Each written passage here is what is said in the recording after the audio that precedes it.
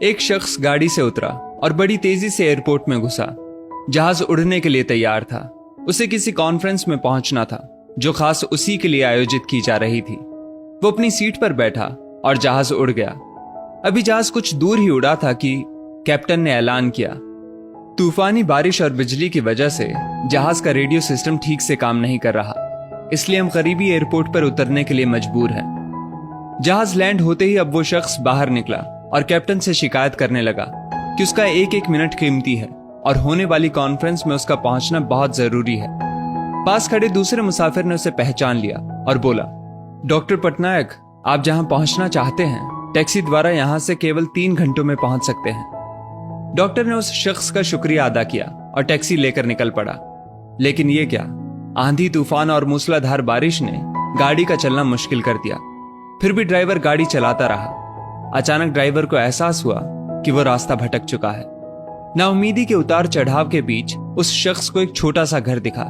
इस तूफान में वही गनीमत समझकर गाड़ी से नीचे उतरा और दरवाजा खटखटाया। आवाज आई, जो कोई भी है अंदर आ जाए, दरवाजा खुला है।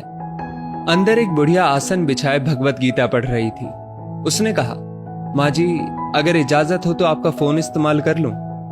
बुढ़िया मुस्कुराई और बोली, बेटा, कौन सा फोन? यहां ना बिजली है ना ही फोन। लेकिन तुम बैठो, सामने चरणामृत रखा है, पी लो, थकान दूर हो जाएगी और खाने के लिए भी कुछ ना कुछ फल मिल जाएगा, खा लो ताकि आगे सफर के लिए कुछ शक्ति आ जाए।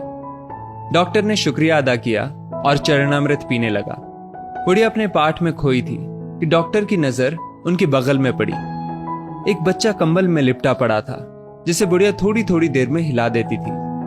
बुढ़िया ने पाठ समाप्त किया तो डॉक्टर ने कहा, माँ जी, आपके स्वभाव और एहसान ने मुझ पर जादू कर दिया है। आप मेरे लिए भी दुआ कर दीजिए, ये मौसम साफ हो जाए।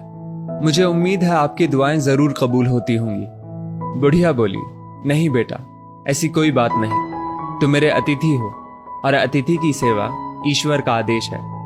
मैंने तुम्हारे लिए भी दुआ की है। परमात्मा का शुक्र है, उसने मेरी हर दुआ सुनी है। बस एक और दुआ मैं उससे मांग रही हूं, शायद जब वो चाहेगा उसे भी कबूल कर लेगा। कौन सी दुआ? डॉक्टर ने पूछा। बुढ़िया बोली, ये जो 4 साल का बच्चा तुम्हारे सामने अधमरा पड़ा है, मेरा पोता है। ना इसकी माँ जिंदा है ना ही बाप। इस बुढ़ापे में इसकी जिम्मेदारी मुझ पर है। डॉक्टर कहते हैं इसे कोई खतरनाक रोग है जिसका वो इलाज नहीं कर सकते। वो कहते हैं एक ही नामवर डॉक्टर है। क्या नाम बताया था उसका? हाँ, याद आया, डॉक्टर पटनायक। वो इसका ऑपरेशन कर सकता है। लेकिन मैं बुढ़िया कहाँ उस डॉक्टर तक पहुंच सकती हूँ? बच्चे को लेकर जाऊं भी तो पता नहीं वो देखने के लिए राजी भी हो या नहीं। बस अब बंसी वाले से यही मांग रही थी कि वो मेरी मुश्किल आसान कर दे। डॉक्टर की आंखों से आंसुओं का सैलाब बह निकला। वो रूंधे कंठ से बोला, माई, आपकी दुआ ने हवाई जहाज को नीचे उतार लिया, आसमान पर बिजलियां कौंधवा दी, मुझे रास्ता भुलवा दिया ताकि मैं यहां तक खींचा चला आऊं। हे भगवान, मुझे यकीन ही नहीं हो रहा कि कन्हैया एक दुआ कबूल करने के लिए अपने भक्तों की इस तरह भी मदद कर सकता है। दोस्तों, वो ईश्वर सर्वशक्तिमान है। जहां इंसान बेबस हो जाता है वहीं से उसकी परम कृपा शुरू होती है। यदि इस वीडियो ने आपका दिल छू लिया हो तो इसे लाइक शेयर अवश्य करें और ऐसी ही बेहतरीन वीडियोस के लिए